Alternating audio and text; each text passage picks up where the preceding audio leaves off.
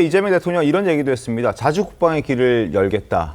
외국군 없이는 자주 국방이 불가능하다는 생각은 굴종적이다라고 언급을 했습니다. 논란이 적지 않습니다. 신문 함께 보겠습니다. 자, 조선일보와 서울신문 준비했습니다. 북핵 언급 없이 이재명 대통령은 외국군 없이는 자주 국방 불가능하다는 생각, 굴종적이다라고 입장을 밝혔습니다. 우리의 군사력이 세계 5위 수준이다라고 얘기했는데 이것 또한 팩트체크가 조금 필요합니다. 재래식 무기만 따졌을 때 5위 수준이라는 지적도 있습니다. 자, AI 전투 로봇, 드론, 이제 최첨단 군사력으로 가야 한다라는 얘기를 하고 있는데 이 또한 여러 가지 지적들이 나오고 있죠. 그런 최첨단 무기를 조정하고 관리하고 작동시키려면 결국 사람이 필요한 것인데 이런 것에 대한 고민은 없이 일방적인 주장을 했다라는 지적도 뒤따르고 있는 그런 상황입니다.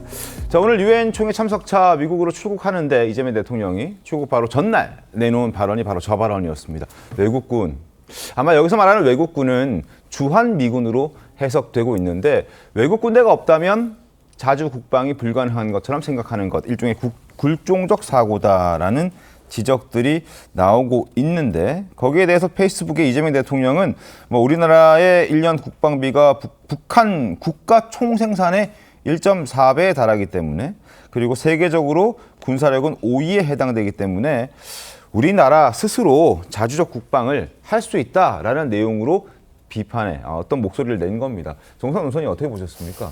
예, 이게 참 어제 이제 어떻게 보면 공교롭게 네. 똑같이 이제 김정은이 최고인민회의에서 연설을 했던 때. 내용과 이제 우리 대한민국 대통령이 페이스북을 통해서 밝힌 내용을 비교를 해보면 네.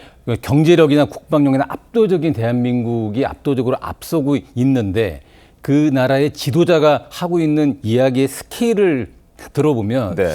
야, 북한은 약간 전 지구적인 어떤 그 자신의 그 이야기를 하고 있는데 대한민국 대통령의 그 발언들은 보면 어떻게 보면 20년 전, 30년 전 수준에 아직도 머물러 있는 게 아닌가라는 그런 좀 약간 자괴적인 생각까지 드는데 네. 저는 이재명 대통령의 발언을 두 가지로 해석할 수 있을 것 같아요. 네. 하나는 뭐냐면 곧 미국을 갑니다. 미국을 가고 트럼프 대통령은 지금 당장 만날지 안 만날지는 아직 잘 모르겠지만 네. 지금 문제는 뭐냐면 트럼프 대통령이 주한 미군을 근거로 해서 네. 한국이 주한 미군 주둔에 대한 대가를 치러라. 그것도 지금보다 훨씬 많이 내라라고 압박을 가하고 있단 말이죠. 네. 그런 상황에서 관세 문제라든가 지금 이제 비자 문제라든가 플러스 알파를 계속적으로 요구하고 있기 때문에 네. 이 대통령 입장에서 외국군 없이도 자주 국방이 가능하다는 일종의 어떻게 보면 미국에게 약간 압박을 하는 듯한 좀 우리도 주한미군 이거 필요하지만 꼭 그런 것만은 아니야라는 네. 식으로 또 협상용 발언을 한다고 볼 수 있는 게 약간 선의로 해석한 하나의 가능성이 있고요. 네. 두 번째 뭐냐면 이제 결국 이 노무현 대통령 그 전에 소위 자주파로부터 시작된 아주 그냥 원론적인 얘기죠. 이 땅이 누구 땅인데 왜 외국 군대가 지키고 있느냐라는 어떻게 보면 원론적인 얘기고 좀 나쁘게 얘기하면 좀 이른바 자주파들의 어떤 사상적 네. 기반이 되는 건데 사실 이 대통령의 어떤 발언의 의미를 저는 후자로 보고 싶지는 않습니다. 그러니까 어떻게 보면 이제 주한 미군의 존재를 인정을 하고 있지만 네. 트럼프 대통령이 지금 요구하는 것처럼 주한 미군에 대한 과도한 대가를 요구하고 한미 동맹이 갖고 있었던 그런 어떤 전통을 무시한다면 우리도 다른 선택을 할 수 있는 충분한 역량은 있다라는 메시지를 미국에 전달하고 싶은 게 아닌가 이런 생각이 듭니다. 근데 실제로 그 역량이 될까요? 오늘 조선일보는 이런 지적을 했습니다. 화면 함께 보시죠. 세계 군사력이 세계 5위다라는 이재명 대통령의 발언이 있었는데 거기에 대해서 아니다. 그건 좀 따져봐야 된다라는 비판의 팩트체크 기사가 있었습니다. 핵무기 등 비대칭을 전력을 제외한 정말 재래식 전력, 국방 예산, 환경 등을 평가했을 때 세계 5위지 지금 핵무기가 없기 때문에 핵무기를 포함시킨다면 이건 순위가 확 바뀔 수 있다. 지금 현재 34위로 평가받고 있는 북한보다 더 우리가 국방력이 안 좋다는 평가도 할 수 있다. 이런 얘기도 나오더라고요, 장은주 변호사님.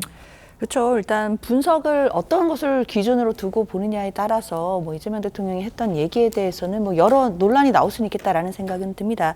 네. 다만 대통령이 언급한 부분, 특히 이제 뭐 자주 국방을 강조한 취지의 이런 얘기들이 있었는데 사실 이 부분을 너무 확대 해석할 필요는 저는 없다고 생각합니다. 결국 이 이야기의 언급의 본질적인 내용은 지금 추진하고 있는 국방 개혁의 속도를 내겠다라는 뜻이 저는 가장 본질적으로 컸다라고 보이거든요. 뭐 스마트 강군이라든지 관련돼서 군대를 개혁해야 되고 국방을 개혁해야 된다라는 부분들이 추진 중에 있는데 그런 부분들을 추진하면 우리도 국방비를 많이 쓰는 나라로서 결국에는 자주국방으로 갈 수 있지 않겠느냐라는 어떤 그런 취지에서 나온 본질적인 얘기라고 봐야 될 것 같고요. 네. 이것 자체를 지금 일단 방미를 앞두고 나온 언급이기 때문에 여러 가지 해석이 붙고 여러 논란들이 되는 것은 이해는 하겠지만 네. 사실 이 부분을 가지고 저는 더 이상 뭐 확대 해석할 필요까지는 없지 않나라고 생각합니다.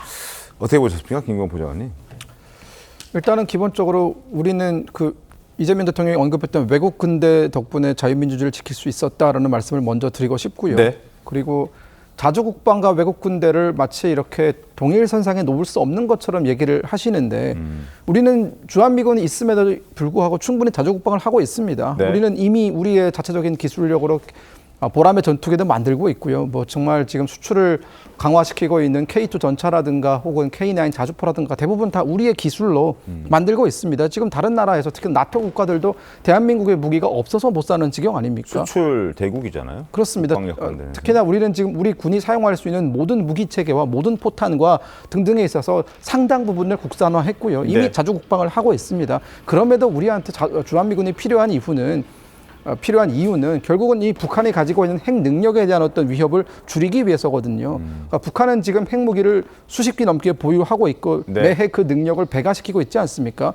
그에 비해서 대한민국은 핵무기가 없습니다. 그렇기 때문에 주한미군의 존재는 단지 어떤 뭐 어디 주둔해 있음으로 인해 가지고 뭐 방위비를 가져가는 그런 어떤 존재가 아니라 네. 북한과 대한민국 사이에 존재하는 안보 불균형을 이 주한미군이라는 존재가 메꿔주고 있고 북한이 감히 한국을 무력으로 침공하지 못하도록 그런 생각을 하지 못하도록 막아주는 인계철선의 역할도 수행을 하고 있기 때문에 네. 그 의미가 상당히 남다르다라고 좀 보고 있고요. 네. 단지 어떤 외국 군대라는 이름으로 이렇게 멸칭할 수 있는 그런 수준의 의미가 아니라는 생각이 듭니다.